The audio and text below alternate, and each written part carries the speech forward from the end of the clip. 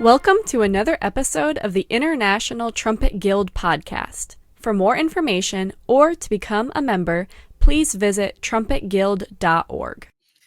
Hello and welcome back to the International Trumpet Guild official podcast. Today I am so excited to welcome our guest. She is the current principal trumpeter of the Cincinnati Chamber Orchestra and has been since 2008. She is an educator and a clinician and has served on several music faculties, including the University of Dayton, Longy School of Music at Bard College, and currently on faculty at the University of Cincinnati College Conservatory of Music. She is an international soloist, traveled all over the world, a former member of Canadian Brass, and is a life coach and just one of the most wonderful human beings on the planet. So welcome, Ashley. It's so nice to have you here. Thanks, Jasmine. It's great to be here. Of course. Yay. So we're just going to start off with a few basic questions about ITG. When did you first learn about the organization? I first learned about ITG in 1994. 1994 is a long time ago. That's a while.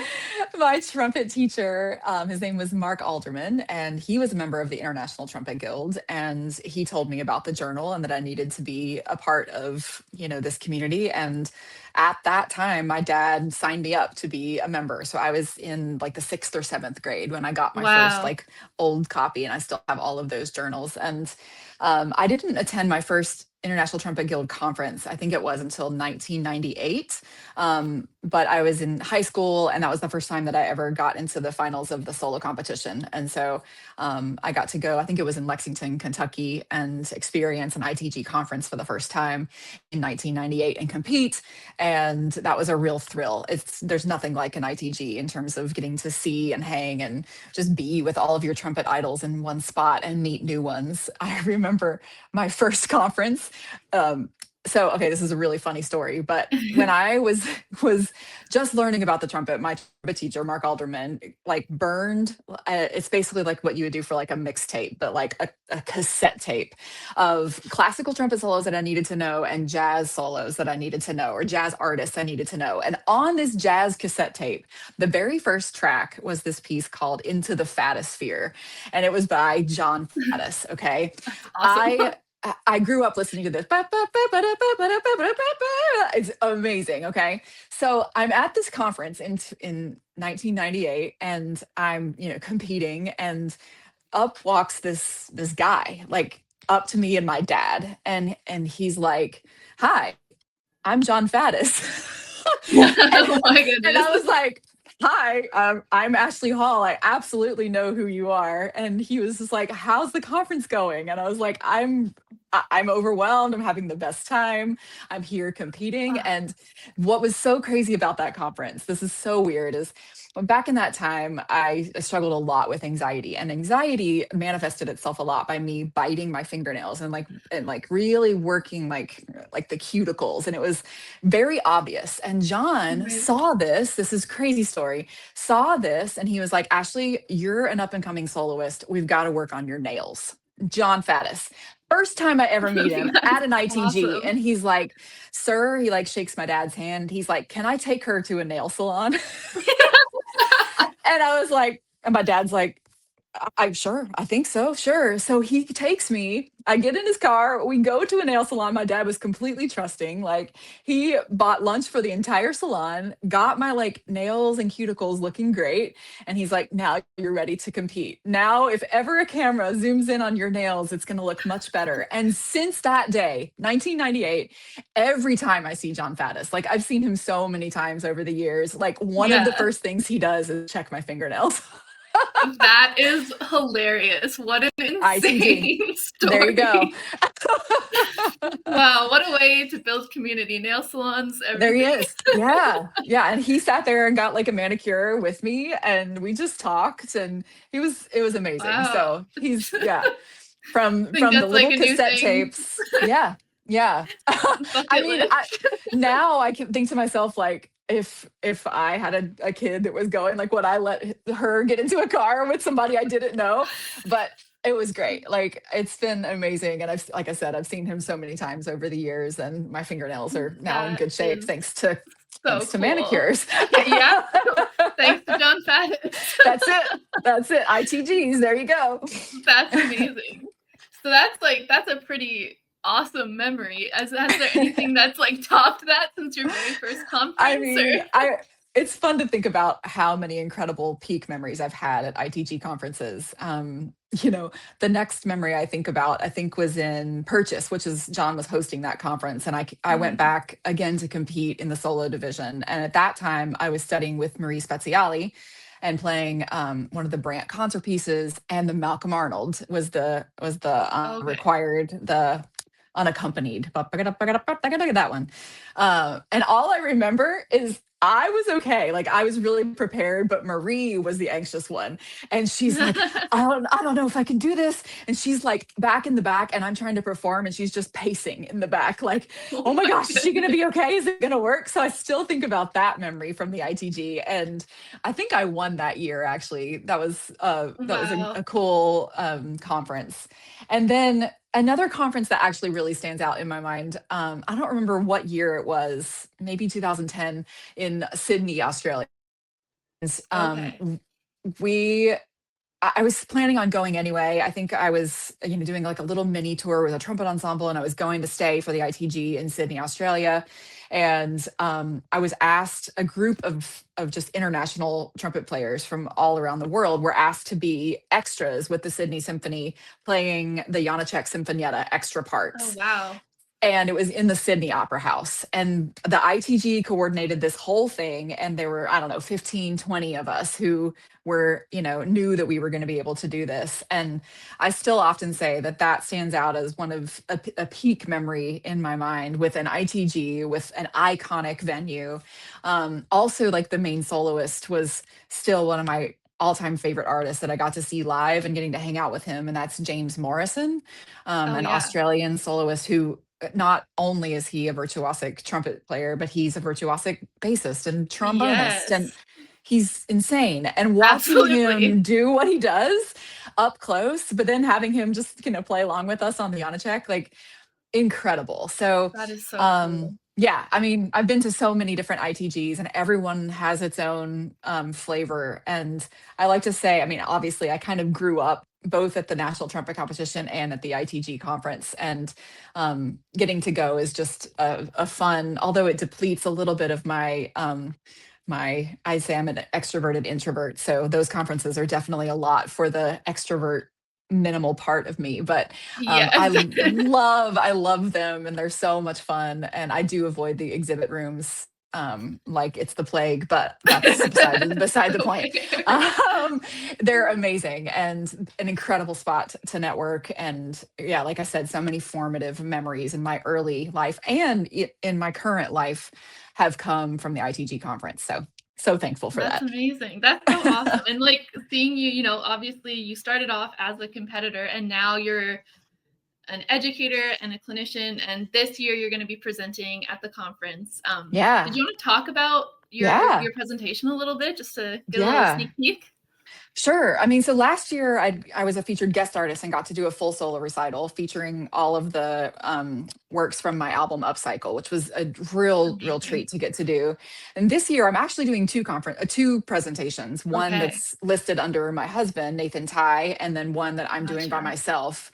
The first presentation, I believe it's just the science of efficient brass playing, where we're going to be talking a lot about some of the preliminary research that we have in our little trumpet lab that we have in our house, where we can take real-time measurements of intraoral pressure, volume, and flow. And our goal with this talk is really to start to build a common terminology for the way that we talk about brass playing generally, and the things that we can actually measure. And it's been, for me, getting better and more efficient at the instrument has also meant that I've learned to not be afraid of the science that underpins some of what we do. And my Right. husband, who has 2 degrees in trumpet performance and then went on to become a physician, learned so much of this as he was going through his medical training. And our kind of intersection really sits between his medical life and his trumpet playing life. And we are really passionate about sharing my own journey, our, work we've developed and are continuing to develop, and want to continue to move that forward as we talk about growth and getting better at the instrument. So we're going to share a bunch of that stuff and do some in-person demos and talk through what is efficiency actually, and how Mm. can we work less hard to power these funny pieces of metal that we put on our lips every Right. day. Right. So I think that talk is on Thursday. And then on Amazing. Friday morning, I'm going to be doing a coaching talk. Do you have the title of that handy? Yes. Beyond the Notes, Coaching Skills to Unlock Motivation and Artistry in the Trumpet Studio. Yeah. So I've been wanting to do a full coaching presentation at an International Trumpet Guild for a while. One of the facets of my life is I have a background in psychology and started a master's in marriage and family therapy, and became a certified life and career coach through my work at the Hall-Tighe School of Music, which I can talk about later if it comes up. The training that I did to become a coach is geared towards putting coaching into the hands of educators more broadly, so that the way that we teach is from a place of curiosity. And well, here's what I'll tell you, that the beliefs of coaching really are that every person is innately resourceful, capable, and whole, that they possess so many answers inside them already, and that they are the expert ultimately on themselves. Of course, there's the place for didactic learning and the things that are to be taught, Right. but just these tenets. And then the third piece of this is that it's more important to ask a question than it is to assert or to tell.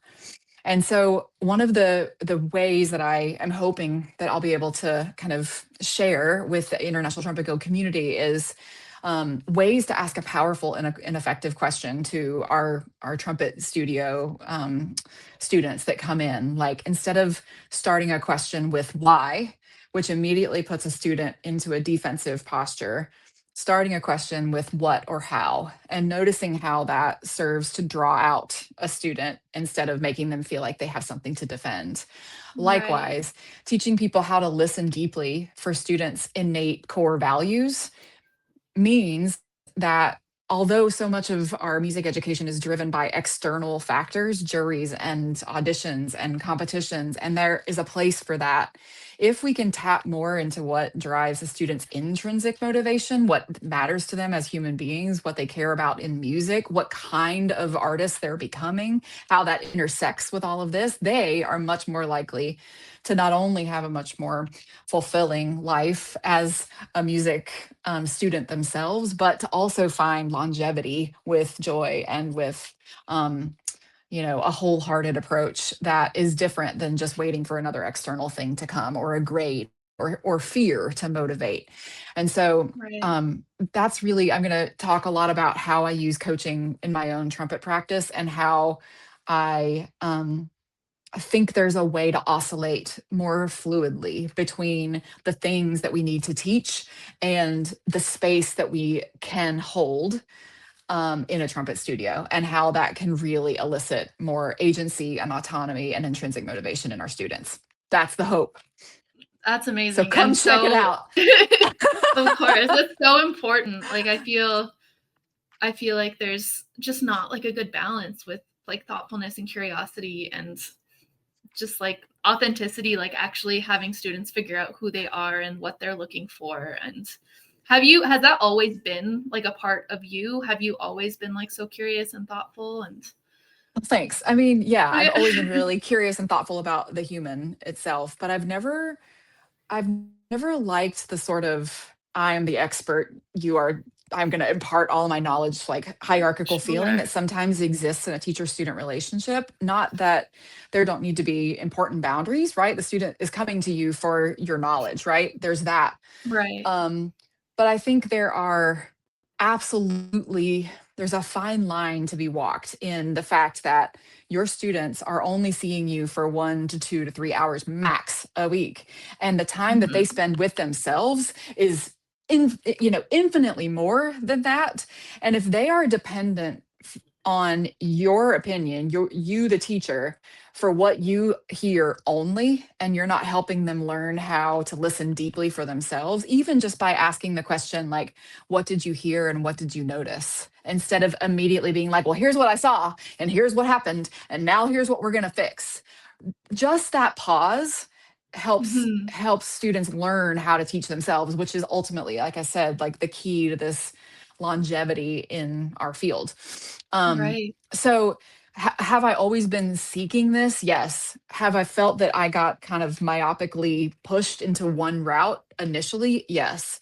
But I think the Hmm. invitation to this for me came maybe right around the time I had kids, which was around 2010, 2012.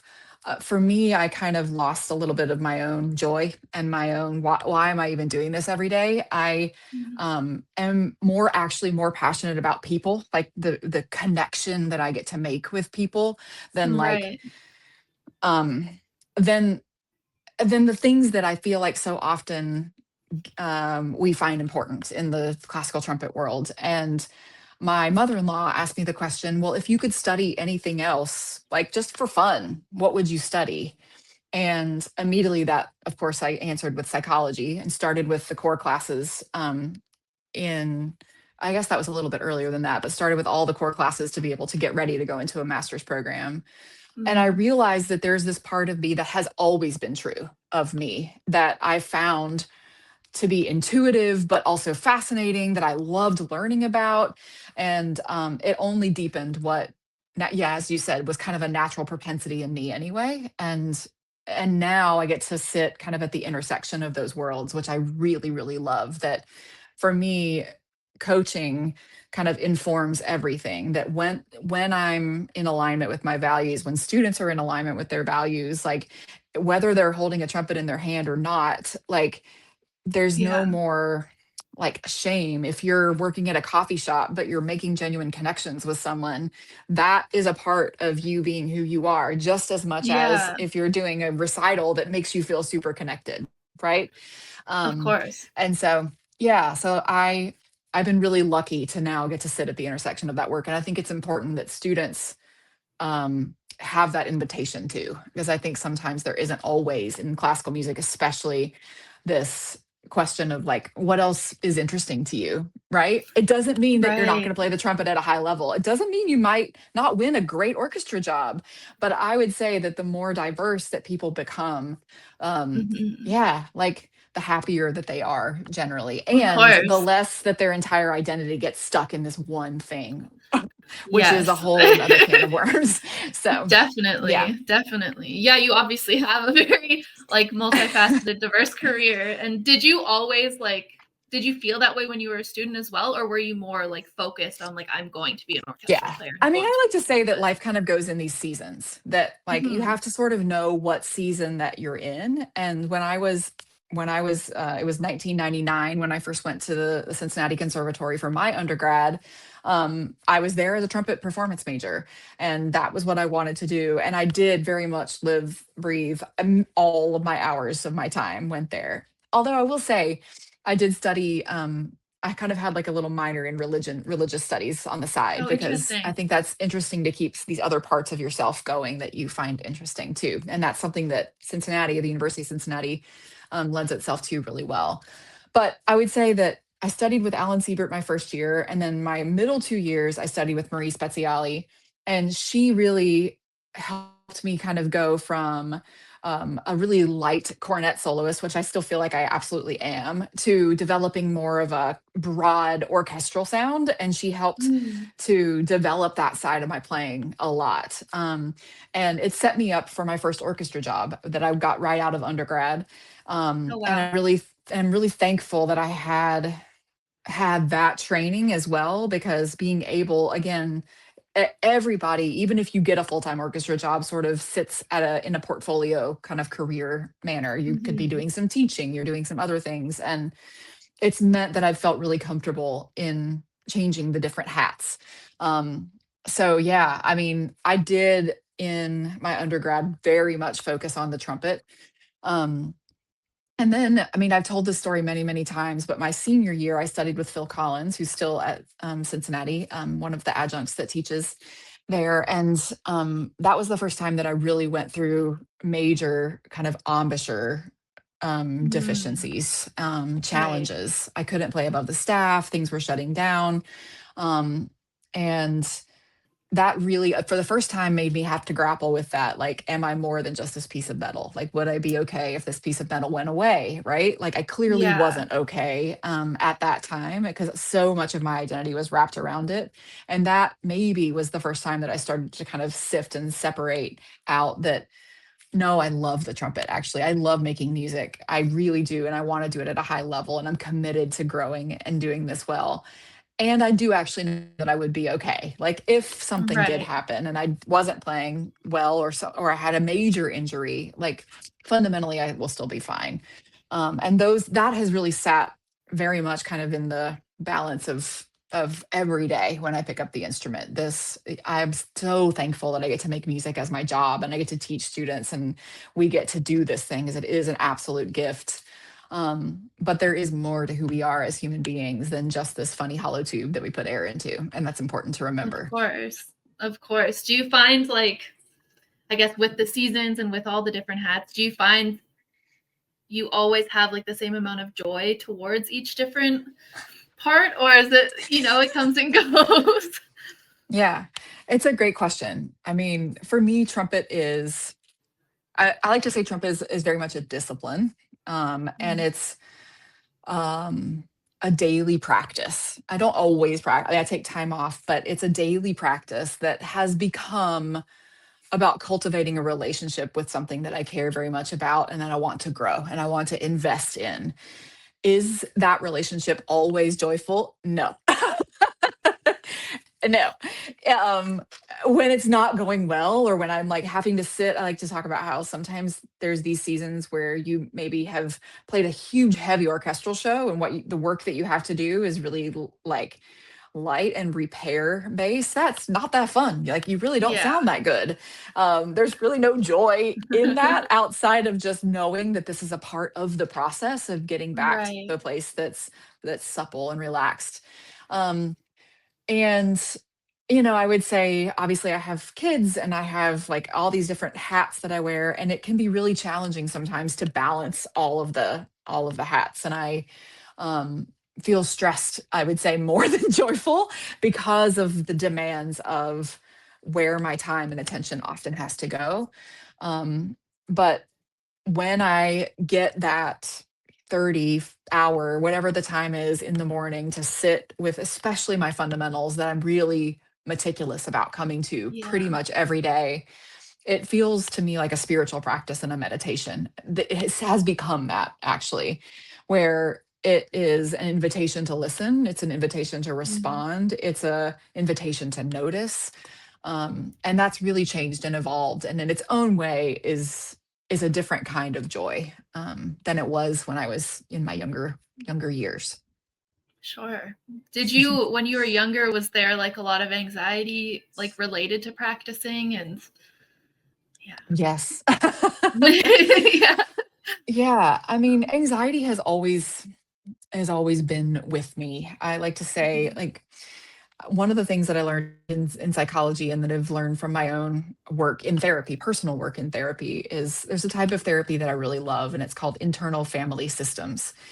There's a book called No Bad Parts, and it basically talks about how do you love all of these different parts of you, and acknowledge what they're there for and how they're trying to run the show and what they need in order to feel safe. And Mhm. it's not that I am done with anxiety. Like, she's always there She's there, saying, yeah. "Hello, are you okay? Are you prepared? Did you practice enough? Are your chops okay?" Right? Like, it's always there. But I have learned over the last few decades, really, a practice of being able to speak to anxiety or fear and thank it for what it's trying to do to protect me, and that it can see that there's a possibility that I will be judged, which is every time you play for some people. Of um, course.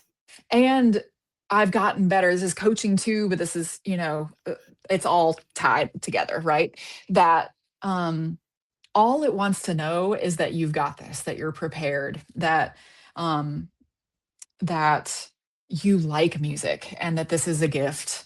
Um, and so I have learned over the years to befriend these other parts. And yeah, like almost like talk to them like they're this internal family systems is like it's a family member, right? A little annoying family member that's like there, but you're going to learn how to exist with it. And yeah, so that's taken time and it's never done. This work is never done. It just shows up in different ways and you kind of uh it's a noticing. You notice what it's after Sure. now and what it needs. So yeah, I don't know if I answered your question about that, but Yeah, yeah. yeah, definitely you did. So with coaching, because we haven't dug into that as much yet, Yeah.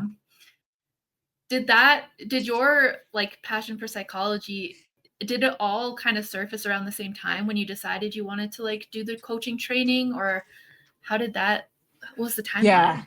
it's a good question. So I started with psychology first, Okay. and that's before kids. I took all of the classes, and then I took some steps back from trumpet and did a big break from trumpet, and basically just did a whole bunch of inner work on myself in my own therapy, just to kind of think through, like, am I happy? Do I like this? Do I want to keep playing at all? And if I do, in what way and on what terms? Came out of that around the time, a little after the time I had my first child, um, and started to commit in the trumpet space to many more things that aligned with this value of mine, which is like just making authentic connections. And that for me, I do best when I'm in recitals and in solo mode because I can talk to an audience and I can engage and I can be me Mm, without this feeling of like being super disconnected and having to play perfect. Like that shuts me down. yeah. So I did much more of that cultivating. And when I was on faculty at the University of North Carolina School of the Arts. Again, I sort of started to notice in the students I was teaching that there needs to be more spaces for students to be able to address the wellness whole side of them. And in my studio there, I had like a little tiny assignment that was a part of their actual trumpet lesson grade that needed to be nothing about the trumpet. What are you doing to cultivate your like artist joy self, essentially? And it could involve the trumpet if that's what it was, but I was looking for more like I went to this concert or I took a photograph or of this beautiful leaf or I, like something else that caught their sense of wonder or their humanity. And that Right. stirred up in me this again, how do we create more spaces for our musicians who are learning this craft to stay connected to the humans that they have always been? And then my husband got into a fellowship program Mm, in Boston, and I knew that we were going to be moving back to the Boston area, what for him to do a fellowship in pediatric anesthesia. And um, the school that I did my whole embouchure rebuild at is called the Longy School of Music of Bard College. And I basically just did like a quick online search to see what the school was up to now. Cause I'm always thinking about like where might there be intersection points? Might I join the faculty? I'm not sure, right? All these things. And I looked on their website and I noticed they were in the midst of a very large curriculum shift. They were moving to this curriculum that's called the Catalyst curriculum, which puts the ownership on graduate students to be able to craft a graduate degree program, a 2-year degree program that really fits and matches the goals that they have for their career. And so they can pick and choose classes from different categories that seems to serve and fit the goals that they have as they look wow. forward. So I was really intrigued by what I was seeing online and what they were about to launch. And I reached out to the president, who I have known through various means, and because I was an alum, and I said, can we sit down and have coffee? I really want to hear more about what Longy's up to. The other thing that I love about Longy is that their mission is, or was, it's still around the same, training musicians to make a difference in the world. And they're really passionate about the intersection of music and social change. And that's something I care about deeply too. I knew I Mhm. wanted to be involved in some capacity. And so I sat down with her for, you know, hour-long meeting. I told her that I'd done all of this background in psychology and that I had started this master's in marriage and family therapy. And I was really passionate about figuring out how to do more of this work with students more generally in the music education sector.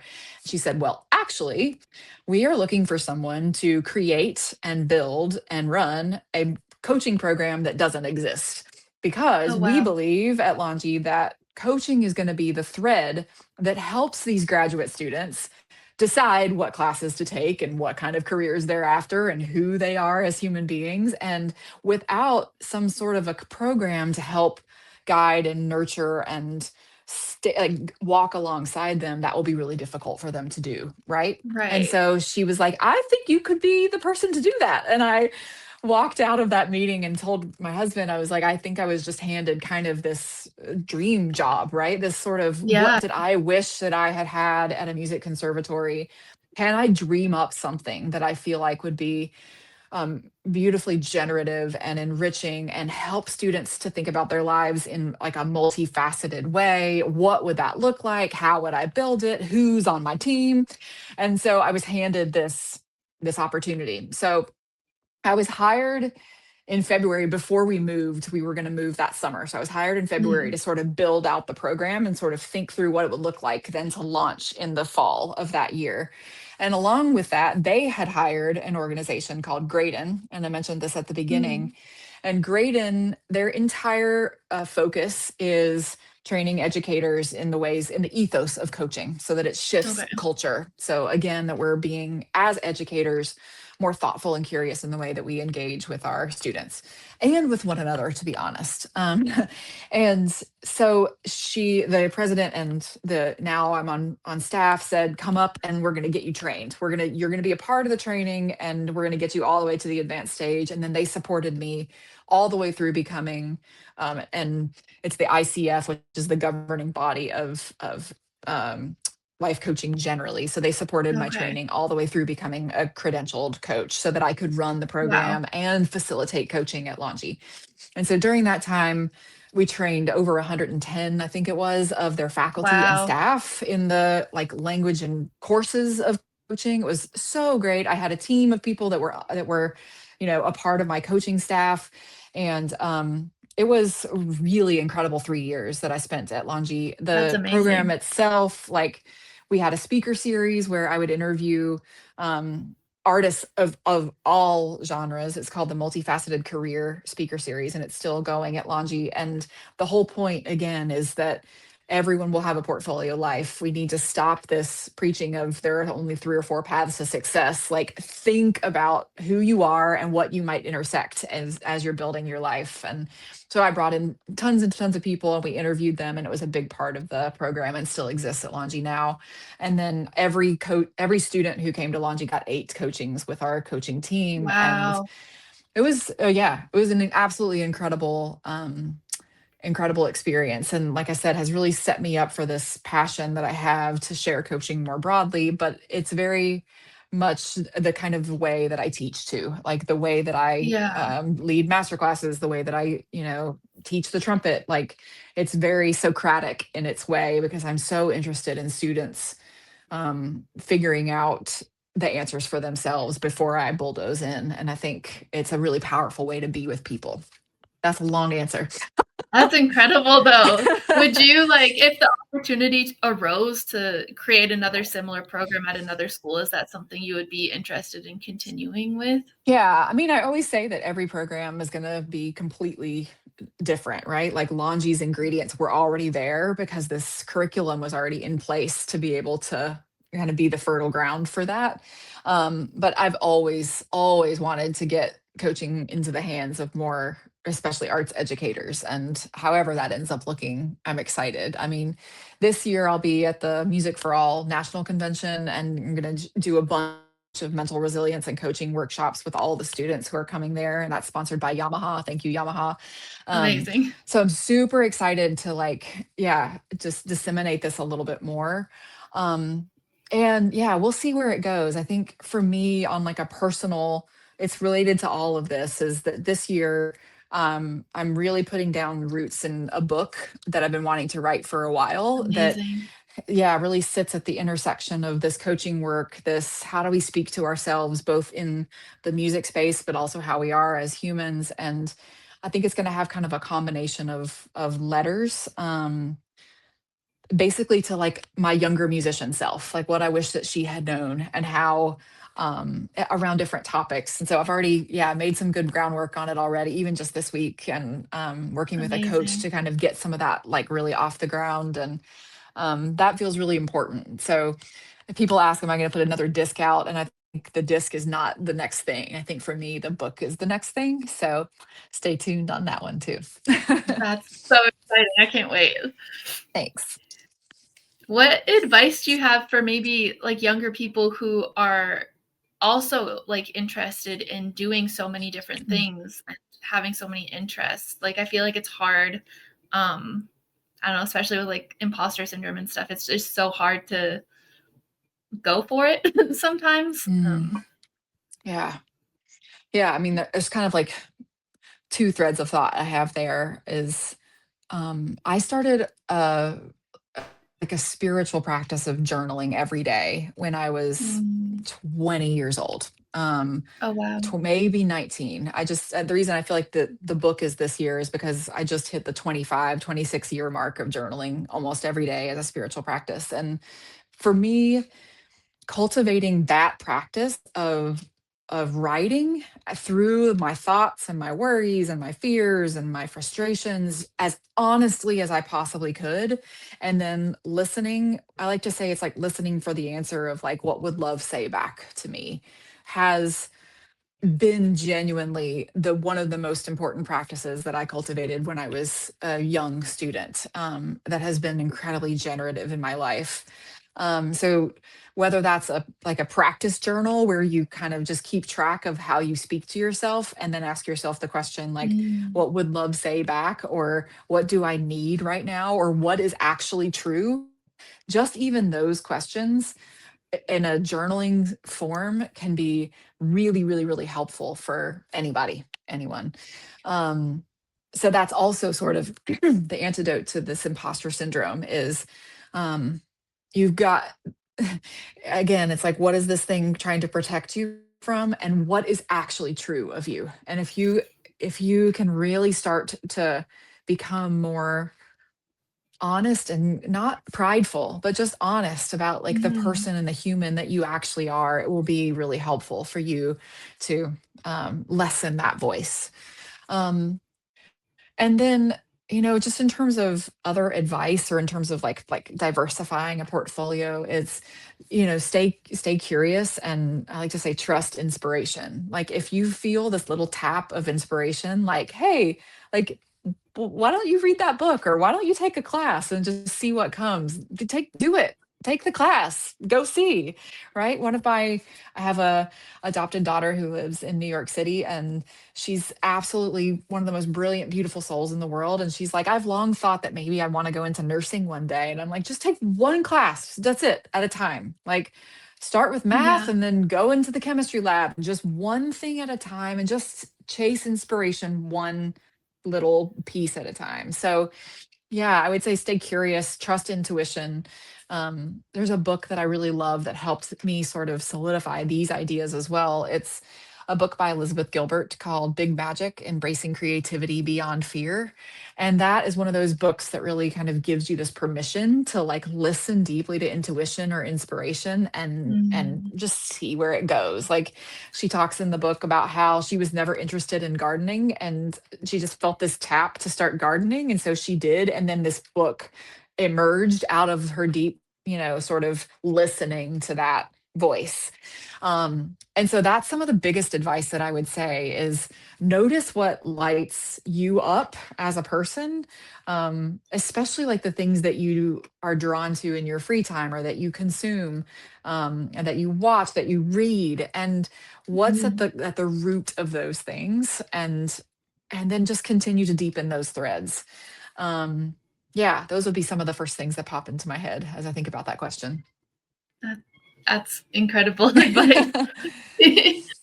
I guess we talked before about like detaching yourself from like the trumpet and like not Mhm. tying your whole identity into that.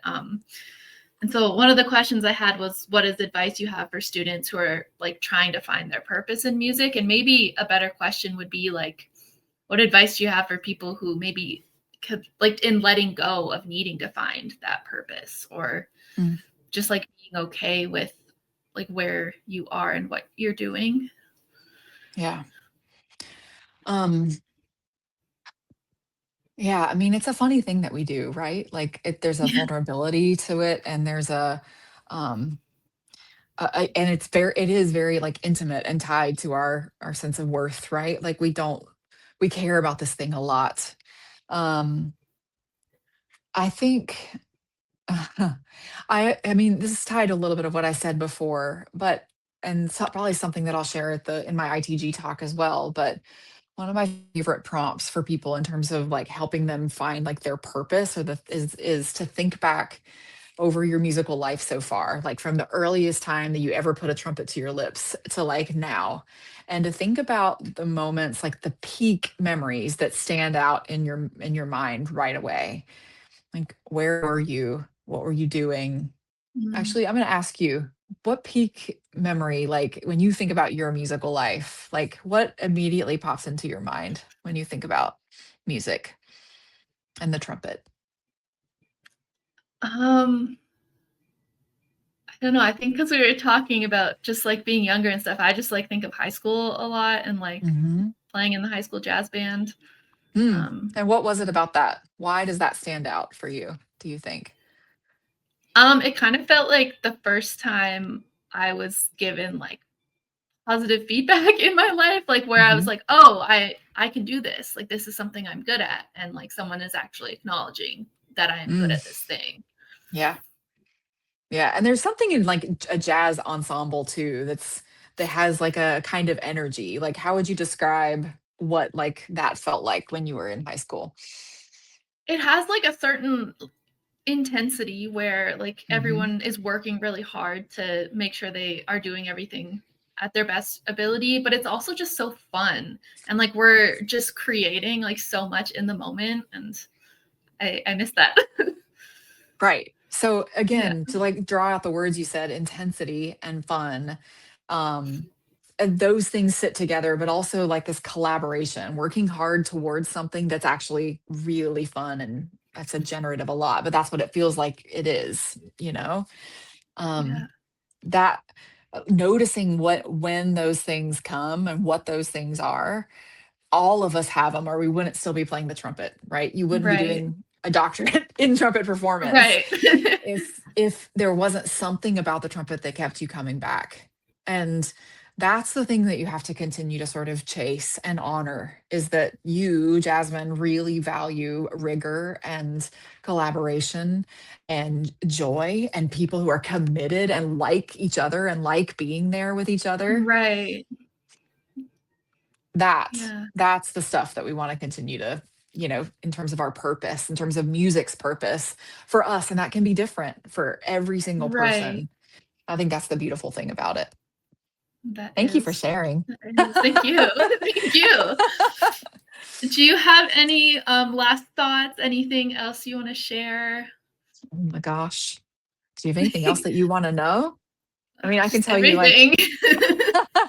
I mean, some of the I always say this in most of my talks when someone says like, what bit of advice do you have for someone who might be struggling, whether it's in the practice room or with joy or with anything, is, and it's not mine, but it's something that changed my life, to be honest with you.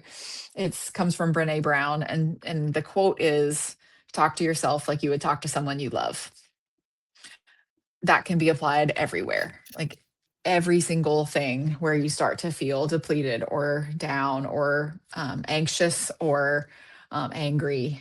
I think if we can come back to that's question, what would it sound like if I were speaking to myself right now? Like I would speak to someone I love. We can access what we need. We can access what Right. we need to do on the trumpet. Like all of it is tied to that question, I think.